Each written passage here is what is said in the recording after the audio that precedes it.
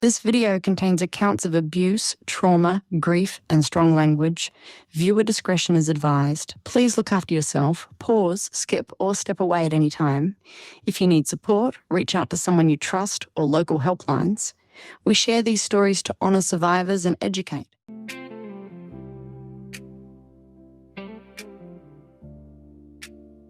I was a kid, I didn't know what was normal inside that home.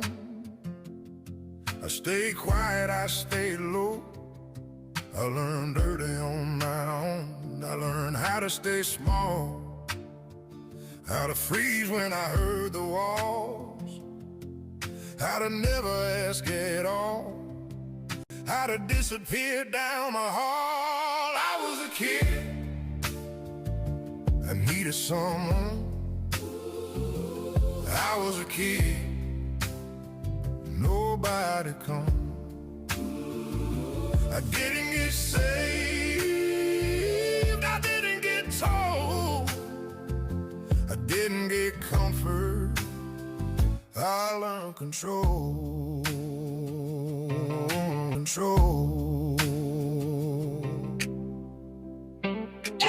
Yeah. You were seeking justice. Yep. Did you ever find that justice? No, not anything about it. So I had a solicitor that was incompetent and just didn't want to work for his money. So would you say to people that he didn't listen to you, he didn't hear your voice? Yeah, that's right. He didn't listen. He didn't hear what I had to say.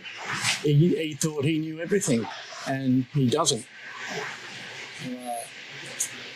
All right. Well, let's go back to the beginning. Let's find out where it all began for you. All right. All right. Yep. Tell us your story. Well, I was raised by my grandparents since I was 9 months old. I grew up in a pretty steady kind of household, but I was a bit of a klepto. So I used to go out with friends from about the age of 10, and we'd break into cars and steal radios and do all that stuff. Get up to all sort of mischief. Get up to mischief. Yeah. And the first time I went to a boys' home, I was 12. I think it was that. That was Ormond.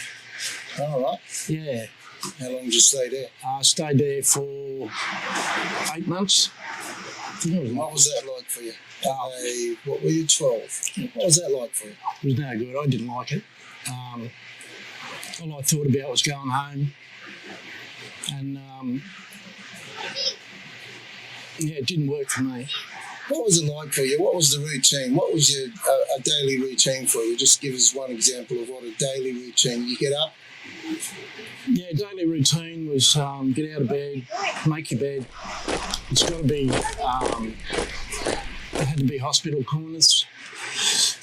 They come around and check that? Yeah, they checked them. They threw a 20-cent piece on the bed to see if it'll spring back. All right. Yeah.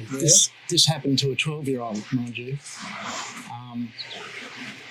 From that time, we could choose to have showers in the morning. All right. Yeah. Or afternoon. From that time, we went out. We marched to the dining room. You marched to have meals? Yep, we did. We marched to have meals. We marched to go to the toilet. We marched to go to do chores on the Saturday. Did they have schools for? No, not where I was. No school? No school.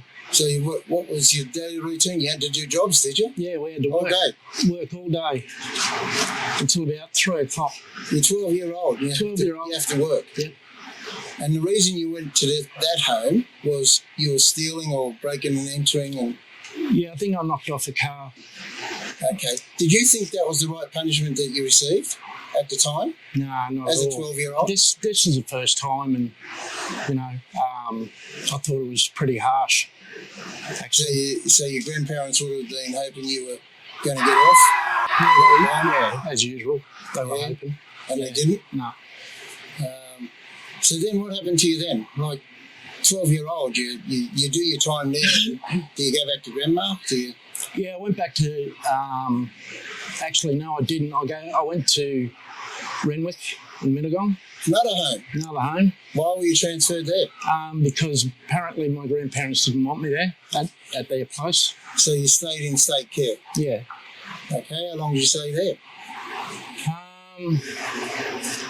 About 2 months, I think, and then I ran off from there.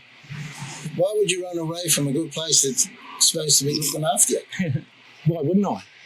Right. It's a crap hole. So it wasn't a good place? No, it's all regimented too. It's the same sort of deal as Ormond was. So as a 12-year-old, how did you feel going from one place you were regimental and then you've gone to another place and it's exactly the same? Oh, that nearly broke me. Nearly broke me, yeah. So when you ran away, did you head back to Nan's? Yeah, I went straight back to Nan and Pop's. So, and they didn't turn you up? No. Turn you in? No. Didn't want to turn you in? They didn't want to take you to the police, so they let you stay home? Actually, they were happy to see me. Oh, that's good. They knew I'd run off, but... yeah. And what else? What else is there in your life that's upset you to make you seek justice and you haven't received it yet? Well, the couple of boys' homes I went to, I got raped in there. How old were you when you first got raped? 13. 13-year-old. 13. And what home was that? That was Derek Training School. Derek Training School, yeah. Right. And who, if you do know, was the officer? Yeah, his name's Barraclough. Barraclough. And was he named in the Royal Commission? Yes, he was. He was. And just on that, were you ever offered to go to the Royal Commission and tell your story? No, never. So the department had your files, you were in their care, but they didn't give you the chance to go and speak at the Royal Commission? Well, they must have kept the whole thing hush-hush because I didn't hear about anything like that on the news or anything. So they must have kept it quiet. A lot of people are saying that, and I'll bring you in here too, Carol. Carol is Mark's wife. How would you not hear about the Royal Commission when Channel 10, Channel 7, Channel 9 say we broadcasted it out for a good 12 months before the Royal Commission started? I have no memory of it being on TV. No. None at all. Would you have liked Mark to talk about what's happened to him? Oh, yeah. Yeah? I didn't hear about the Royal Commission until I met you. Right. Okay. And I only met you, Mark, for your sister. Yeah, that's right. She didn't have a chance to go to the Royal Commission either. She didn't hear it on the TV or the radio. So a lot of people didn't get a chance to go and give their evidence, tell them what happened while they were in state care. How does that make you two, as partners, feel? It's an injustice. We got done in by it. We should have been heard. If the Royal Commission was that much of a big deal, why weren't all people in institutions or anybody with abuse being notified so they could come forward? I mean, I don't know how many was there, but quite a few I know of didn't know about it. Look, from what memory, I think it was 44,000 ended up given.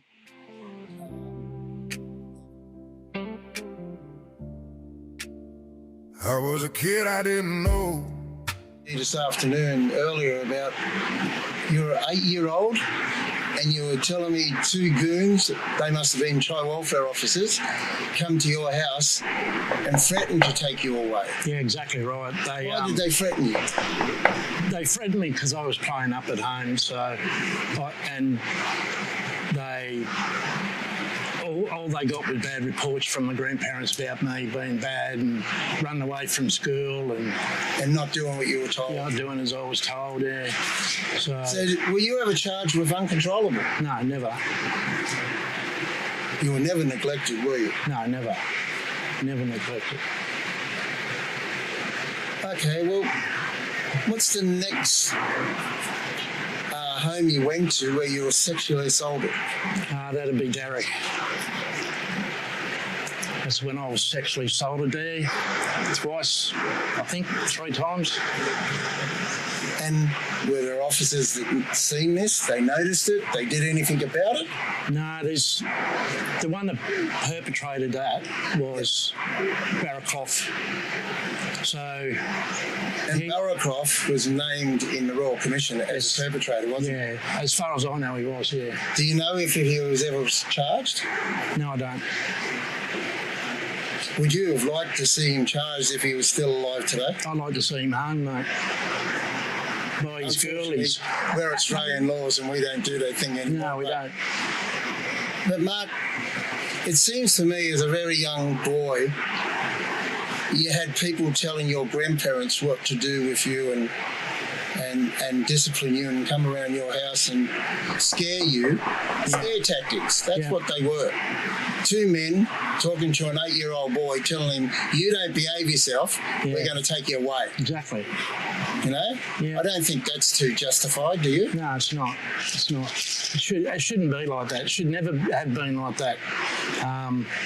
And if it happened to me, I don't know how many other people it would have happened to as well. So it's a lovely story that you and Carol have told me about, that you have been going together for many, many years. Yeah, we have. And Carol, I'll just ask you a few questions on. Mark has been through all this. At any time in his life, did he ever talk about this to you? Not for a really long time. I didn't find out the depth of the abuse until we sat in the solicitor's office and he gave his statement. I had ideas about what may have happened because of certain things happening between Mark and I, but I didn't have facts. And when he laid it out on the table with the solicitor, I thought, now I understand.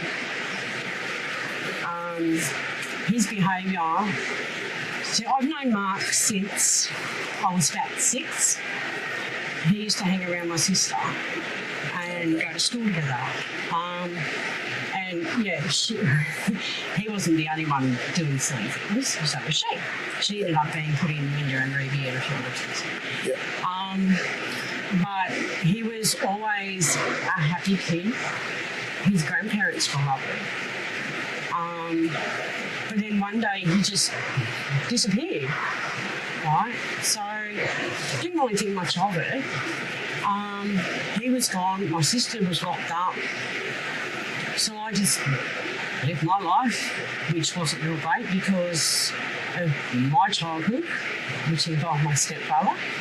So you've had some dramatic trauma in your life as well? Oh, yeah. I mean, from the time I can remember, it was verbal abuse, physical abuse, sexual abuse. I left home at 16. I couldn't deal with it anymore. And I never went back. But, yeah, it took up until I would have been about 13, 14 that Mark had just turned up on the corner shop like he usually did when he was younger. Yeah. By this time he was 18, and I thought, he's back? What the hell? Yeah. You know? And then, yeah, he just yelled out my name from across the road because I'd had a crush on him since, you know. Yeah. But, yeah, he just yelled out my name, come over, grabbed hold of my hand, gave me a smile. I looked in his eyes and went, I didn't know you. Yeah. And then we were an item from there on. Up until my dear mother decided to put a spanner in the works. We weren't doing anything wrong. She just kept saying, if you don't get rid of him, I'll have him charged with carnal knowledge. And at the time, I didn't even know what that was. But the way she used to threaten me all the time, it was like, all right, I better do this, but I couldn't. The last time I saw him, was on my front doorstep pleading with my mother to let him see me, and she's going, "Back at you, I'll bake you a cake with a file in it," and a few other choice words I thrown at him. And then before I could get out of the house, he was already across the road, and I ran after him and we sat there for a while. I cried, he cried.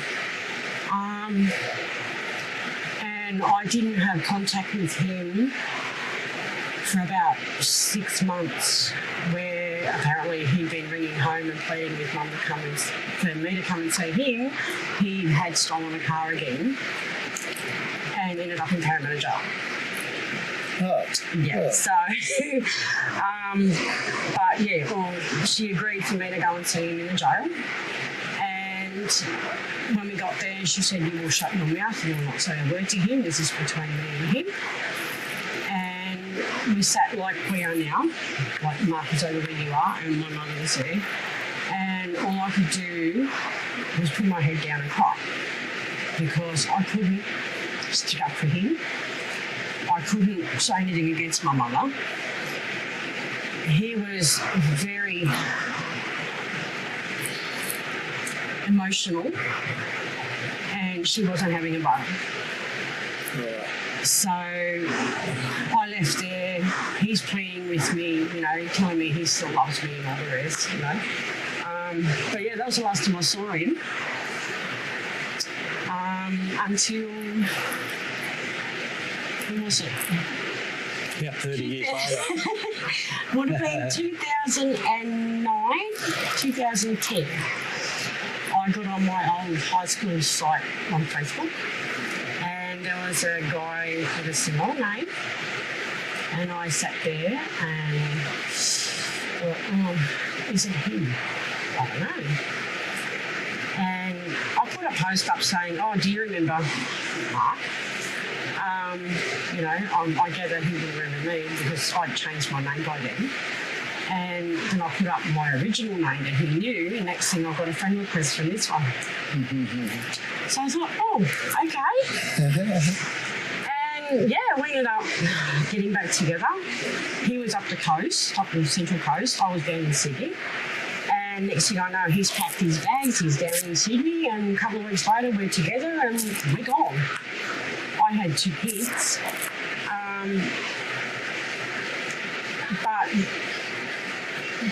Ethan thought he was wonderful, and I was actually getting out of a bad marriage at the time too, so it was like, we left, we come up here.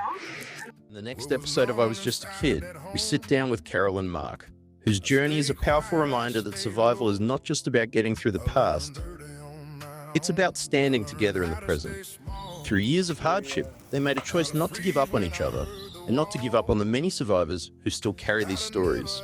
Their courage shows that healing can grow from loyalty, faith, and the quiet strength of people who refuse to walk away. And the next episode is about endurance, compassion, and the bond that keeps survivors standing together. I was a kid, nobody come. I didn't